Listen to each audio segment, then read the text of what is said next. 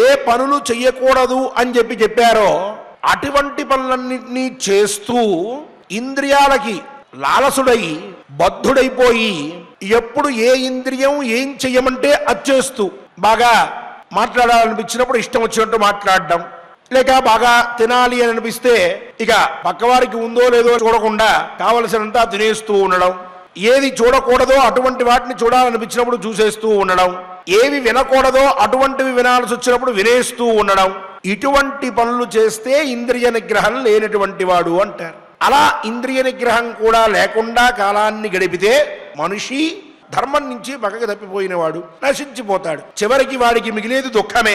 ఈనాడు బాగున్నా దీర్ఘకాలంలో వాడు ఏమాత్రము కూడా సుఖాన్ని అనుభవించలేడట. అందువల్ల ఇంద్రియ నిగ్రహం అనేది చాలా ప్రధానమైనటువంటిది. ఏం చెప్తారు శాస్త్రకారులు కానీ పెద్దవాళ్ళు కానీ, పురాణములు చూచినా మనకు అదే కనిపిస్తూ